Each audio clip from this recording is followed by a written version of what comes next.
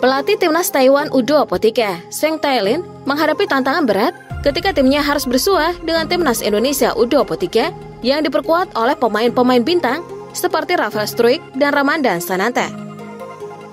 Zheng Tailin menyadari bahwa timnas Indonesia U23 memiliki lini depan yang sangat kuat dan berbahaya.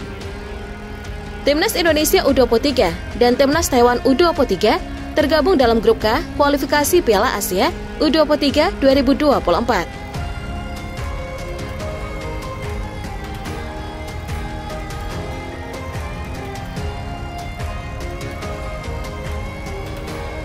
Meskipun seluruh pertandingan dilangsungkan di kandang timnas Indonesia U23 di Stadion Manahan Solo, Zheng Tailin dan tim pelatihnya telah berusaha keras untuk memahami lawan mereka. Mereka mengakui bahwa kemampuan timnas Indonesia U23 sangat baik dan stabilitas tim mereka lebih unggul daripada timnas Taiwan U23. Tim pelatih telah mencari informasi mengenai timnas Indonesia U23. Zheng Tailin menyoroti kemampuan timnas Indonesia U23 cukup baik, tetapi dia tidak mengatakan tidak mampu mengatasinya. Dikutip dari Gagal.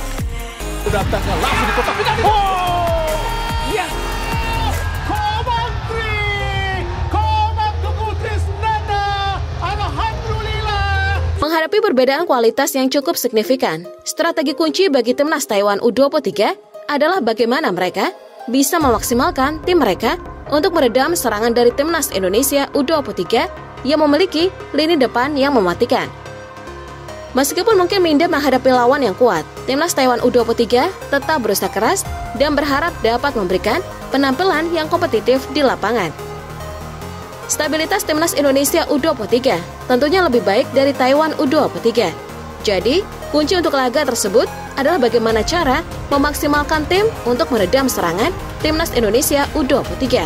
Ungkap akun Gagal. Shooting langsung masuk ke tidak ada. Yes. Marcelo Ferdinand. Alhamdulillah.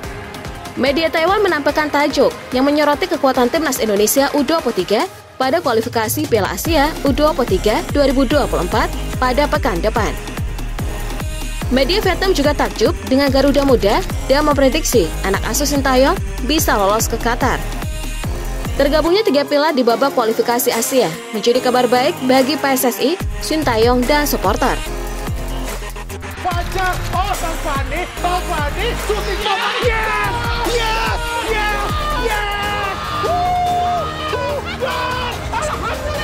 Alhamdulillah, Indonesia. Penambahan 3 pemain ini akan membantu Indonesia U23 punya skuad paling optimal untuk lolos dari fase grup dan merebut tiket ke final Piala Asia U23. Tulis laporan soha.vn. Jika berhasil lolos, maka Sintayong akan menciptakan sejarah membawa timnas Indonesia U23 pertama kali tampil di ajang Piala Asia U23. Ia juga optimis dengan peluang itu karena bakal mendapatkan dukungan supporter sendiri sebagai tuan rumah grup.